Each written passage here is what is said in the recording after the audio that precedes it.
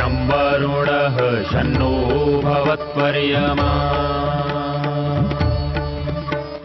शन्न इन्द्रो बृहस्पतिः शन्नो विष्णुरुक्रमः ॐ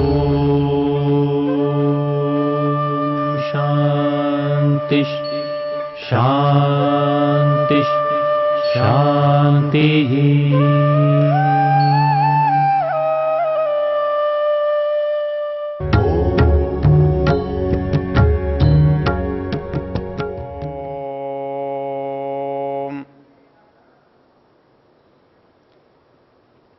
शिव संकल्प सूक्तों का ऋषि, इन मंत्रों का ऋषि शिव संकल्प है और इन मंत्रों का देवता मन है। हम मन का अध्ययन कर रहे हैं। यज्जाग्रतो दूरमुदैति दैवं तदुसुप्तस्य तथैवैति दूरंगमं ज्योतिषां ज्योतिरेकं तन्मे मनः शिव संकल्पमस्त। हमने इस मंत्र में मन के कार्यों को देखा है। हम मन के कार्यों को देखते हुए एक बात अनुभव की थी कि हम मन के जीतने से हम विजयी होते हैं और मन के पीछे चलने से हम संसार में दुखी होते हैं। हमारा जय पराजय आत्मा का होता है, धर्म अधर्म आत्मा को होता है, सुख और दुख आत्मा को होता है, किंतु वो मन के द्वारा होता है। तो मन के द्वारा ही सुख होता है, मन के द्वारा ही दुख होता है, मन के द्वारा ही पराजय होती है, मन के द्वारा ही विजय होती है, मन के द्वारा ही धर्म का आचरण किया जाता है, मन के द्वारा ही अधर्म का पालन होता है। तो ऐसी परिस्थिति में ऐसा होता क्यों है? आत्मा जब अच्छा है तो उसे सब कुछ अच्छा होना चाहिए, उसके द्वारा अच्छा किया जाना चाहिए, तो वो बुरा कैसे कर लेता है? तो उस परिस्थिति में हमको समझने के लिए दर्शन की हमने एक बात समझी थी कि जब हम कुछ गलत जानते हैं, मिथ्या जानते हैं, तब हमारे से जो परिणाम हमको प्राप्त होने हैं वो गलत होते हैं। जैसे हम किसी नगर को जाते हुए यदि रास्ता भटक जाएं तो हम कभी नगर तक नहीं पहुंच सकते। तो रास्ते को भूल जाना, रास्ते को गलत समझ लेना, दूसरे रास्ते पर चले जाना, जैसे हमें उद्देश्य से बाहर की ओर ले जाता है, भटकाता है, वैसे ही जब हम इस मन के साथ जुड़कर इस मन के व्यापार को अन्यथा समझने लगते हैं, तब हमारे यहाँ भूल होती है और त्रुटि होती है। और ये भूल और त्रुटि क्यों होती है, इसके लिए हमारे यहाँ एक नियम है। वो कहते हैं कि जिस समय आत्मा मन को चेतन समझने लगता है और ये मन अपने को कर्ता समझने लगता है, तब हमारे यहाँ ये दुख, ये कष्ट, ये अनुभव में आता है। तो इसके लिए हमने एक बात देखी थी, और ये ज्ञान जो यथार्थ नहीं है, सत्य नहीं है, उसको हमने अविद्या कहा था। और ये अविद्या ही हमारे इस मूल जो है दुखों का कारण है, वो है। तो ये अविद्या क्या, इसकी चर्चा योगदर्शनकार ने बहुत अच्छे शब्दों में की है। वो कहते हैं अनित्य, अशुचि, दुख, अनात्मसु, नित्य, शुचि, सुख, आत्मख्याति अविद्या। शास्त्र की भाषा में ख्याति जो शब्द है वो ज्ञान के लिए आया है। तो जो ख्याति है सम्यक ज्ञान है। वो सम्यक ज्ञान जब होता है तब हमें दुख नहीं होता है, और जब जब ज्ञान में कुछ कमी होती है, मिथ्या होता है, गड़बड़ होती है, तब तब हमें दुख होता है। वो कहाँ हो सकता है? कैसे हो सकता है? तो अविद्या के बहुत सारे भेद करते हुए, दुखों के बहुत सारे कारण समझाते हुए वहां एक मूल चीज समझाई है कि आपका अज्ञान है क्या, आपका मिथ्या ज्ञान क्या है। कहता है कि संसार में जो चीजें हैं वो कितनी तरह की हैं, उनको आप सदा रहने वाली वस्तुओं के रूप में देख सकते हो या सदा एक जैसी नहीं रहने वाली वस्तु के रूप में देख सकते हो। जो वस्तुएं सदा रहती हैं उनको हम नित्य कहते हैं, और जो वस्तुएं बदलती रहती हैं, कभी ऐसी और कभी वैसी दिखाई देती हैं, उसे अनित्य कहते हैं। तो संसार में दो तरह के पदार्थ हुए, एक नित्य और एक अनित्य। जो सदा एक से रहते हैं, कभी बदलते नहीं हैं, उनमें कोई परिवर्तन नहीं होता है, वो जैसे थे जैसे हैं वैसे ही रहेंगे, तो ऐसे पदार्थों को हम नित्य कहते हैं। तो वो नित्य पदार्थ कौन होते हैं? वो नित्य पदार्थ ये होते हैं कि वो जीवात्मा है, वो कभी नहीं बदलता है, उसका स्वरूप कभी नहीं बदलता है। परमात्मा है, उसका स्वरूप कभी नहीं बदलता है। तो ये जो नहीं बदलने वाले पदार्थ हैं, ये आत्म तत्व है, परमात्म तत्व है। इसकी विशेषता क्या है कि ये सदा एक रस, एक तरह का रहता है, स्वरूप एक जैसा रहता है। इसको दूसरी किसी वस्तु से कैसे तोल सकते हैं, कैसे मिला सकते हैं, या कैसे उसके साथ समझने में गलती हो सकती है? तो दूसरी कोई वस्तु संसार में है तो वो प्रकृति है, वो संसार है, वो हमको बदलता हुआ दिखाई दे रहा है। तो अब अंतर क्या हुआ कि यदि हम बदलते हुए संसार को नित्य समझें तो गलती हो सकती है, और यदि सदा एक रस रहने वाले आत्मा को बदलता हुआ अनुभव करें तो गलती हो सकती है। तो ये गलती दोनों तरह से होगी, अर्थात जो नित्य आत्मा है, अपरिवर्तनीय है, इसे परिवर्तनीय मान लेना, और जो अनित्य है उसे नित्य मान लेना। जैसे ये शरीर है, शरीर भौतिक है और ये परिवर्तन वाला है, लेकिन इस शरीर को यदि ये मानकर चलें कि ये कभी नहीं समाप्त होगा, ये सदा रहेगा और हमें ऐसे ही सुख सदा इस शरीर से प्राप्त होंगे, ये संसार सदा बना रहेगा और इस संसार में हम सदा बने रहेंगे, ये जो परिस्थिति है ये अज्ञान है। क्यों कि जो चीज बनी नहीं रहेगी उसे बनी रहेगी ऐसा हम समझते हैं। जिन वस्तुओं से हमें लगता है कि ये शरीर हम आज हैं, कल नहीं था, लेकिन हमें ये क्यों नहीं विश्वास होता कि कल भी नहीं रहेगा? तो इसके गलत समझने के कारण हम जो इससे व्यवहार करते हैं, उस व्यवहार का परिणाम हमारे लिए विपरीत होता है, इसलिए हम दुख के भागी बनते हैं।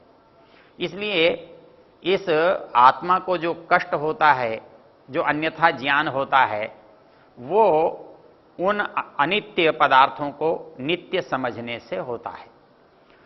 तो नित्य को अनित्य समझना और अनित्य को नित्य समझना दोनों ही जगह गलती है, दोनों ही जगह अविद्या है, दोनों ही स्थान पर अज्ञान है। तो संसार में कुछ पदार्थ नित्य हैं, कुछ पदार्थ अनित्य हैं। तो अनित्य को अनित्य मानना और नित्य को नित्य मानना। तो संसार में केवल ये बना हुआ जो संसार है, विकृति है, रचना है, ये परिवर्तनशील है, इसमें सब कुछ बदलता रहता है, इसलिए इसको अनित्य समझना और आत्मा, जीवात्मा, परमात्मा या कारण रूप प्रकृति को नित्य समझना, ये सत्य ज्ञान है, ये विद्या है। तो नित्य और अनित्य दो तरह के संसार में पदार्थ हुए। दूसरे दो पदार्थ और क्या होते हैं? वो कहते हैं पवित्र या अपवित्र। संसार में पवित्रता जो है वो सुख का कारण है और अपवित्रता दुख का कारण है। तो पवित्रता क्या? जिसमें मिलावट न हो, जिसका अपना स्वरूप जैसा का तैसा हो।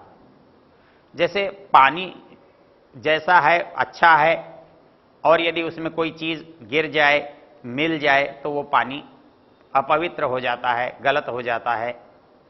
तो वैसे ही हमारे पास जो ज्ञान है वो कैसा होना चाहिए कि वस्तु को जैसी है, जितनी है, जिस प्रकार की है, उसको वैसा समझने की हमारे पास पात्रता होनी चाहिए।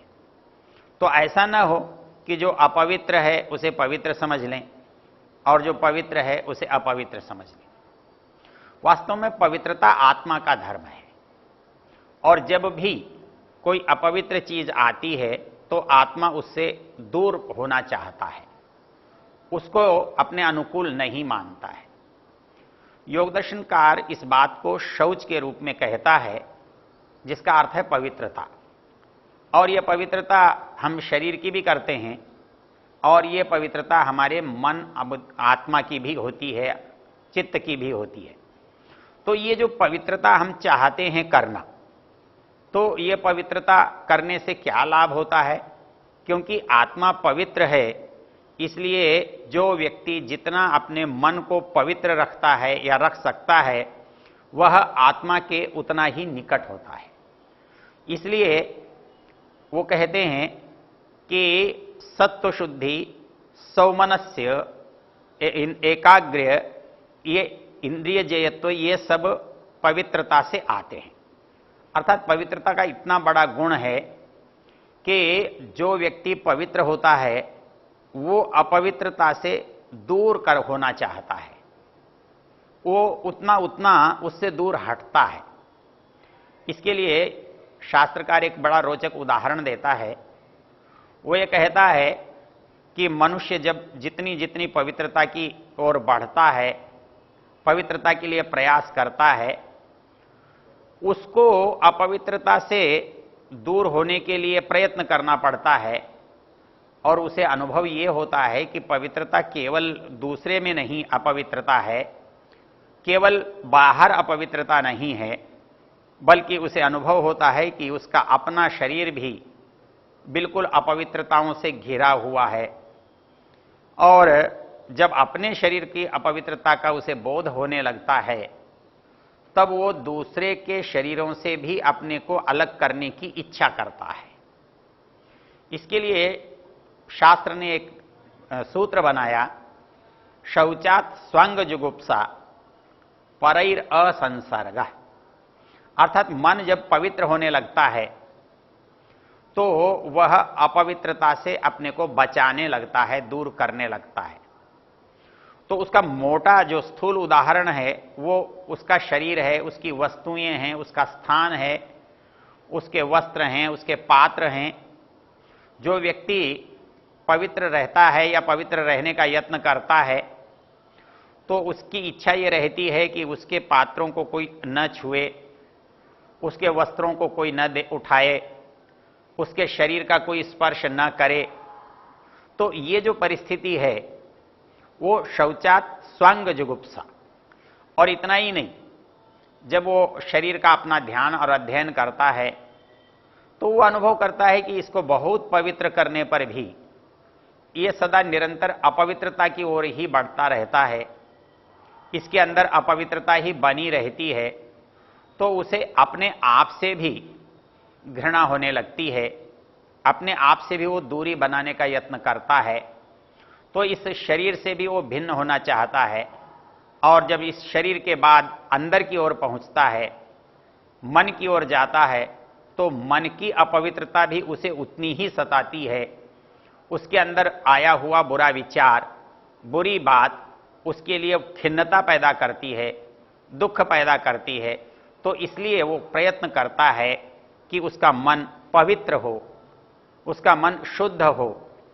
तो उसकी इंद्रियां भी पवित्र हो जाती हैं, तो उसका मन भी पवित्र हो जाता है।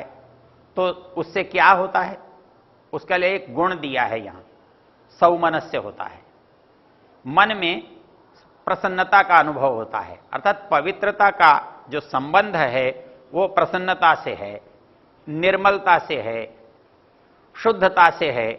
तो सत्व शुद्धि, सौमनस्य, एकाग्र्य, इंद्रिय जय आत्मदर्शन, अर्थात एक जो पवित्रता है, एक जो वास्तविक चीज को जैसे का तैसा समझना है, उसके मूल रूप को जानना है, उससे इतने प्रयोजन सिद्ध होते हैं। सत्व शुद्धि अर्थात पवित्रता जो है वो मन को शुद्ध करती है, मन को मलिनता से दूर करती है। और मन जब पवित्र हो जाता है तो उसका पहचान क्या है? कहता है सौमनस्य, प्रसन्नता होने लगती है। और उसकी प्रसन्नता उस पवित्रता के परिणाम स्वरूप होती है। और जब मन पवित्र होता है तो उसकी इंद्रियां भी पवित्र होती हैं, इंद्रियों में विजय होता है, अर्थात वो वही करता है जो उसे करना चाहिए। जो उसे नहीं करना चाहिए उसे कोई बलपूर्वक नहीं करा सकता है। तो इस दृष्टि और ऐसा होने पर उसकी इंद्रियां, मन, बुद्धि पवित्र हो जाते हैं तो स्वतः वो पवित्रता उसे आत्मा के दर्शन कराने की योग्यता रखती है। तो इस दृष्टि से हमारा जो मूल कारण है वो आत्मा और मन का जो संयोग है, इस संयोग में जितनी जितनी पवित्रता की कमी आती है उतना उतना ये चित्त दुख का कारण बनता है। और जितनी जितनी इसमें पवित्रता आती है उतना उतना ये दुख से दूर ले जाता है। इसलिए मन में जो दुख का हेतु है वो विचार है, वो संकल्प है, और उस विचार से ही क्रिया होती है। और उस विचार से क्रिया होती है, इसलिए उस क्रिया से बचने के लिए हमें उस विचार से बचना होता है। तो इसलिए यहां कहा तन्मे मनः शिव संकल्पमस्तु, मतलब वो मन शिव संकल्पों वाला हो। ये जो बात इसलिए कही है कि हम जो पदार्थ पवित्र हैं, जिनको पवित्र किया जाना चाहिए, उनके प्रति हम यदि पवित्रता का भाव नहीं रखते तो वो अज्ञान है, वो अविद्या है। तो ऐसे अनित्य, अशुचि, अब जो चीज इसके अतिरिक्त क्या है संसार में, दुख हैं या सुख हैं, जड़ हैं या चेतन हैं। तो मनुष्य जिन चीजों में दुख पा रहा होता है लेकिन उसी में सुख का अनुभव करता है प्रकृति के साथ जुड़ने से। मन को प्रकृति की ओर आकर्षित होने से प्रकृति के पदार्थों में सुख का अनुभव होता है। उसे हमें कभी कभी बुरी आदतें भी अच्छी लगने लगती हैं। हमें जो शराब हैं, व्यसन हैं, वो क्यों करते हैं हमें अच्छे लगते हैं, उनमें हमें सुख लगने लगता है। तो इसलिए वो कहता है कि सुख को दुख और दुख को सुख समझने की जो प्रवृत्ति है, ये हमारे लिए हमारे चित्त और आत्मा के संबंध को बिगाड़ने का कारण है। इसलिए इस अविद्या को हमें दूर करना चाहिए।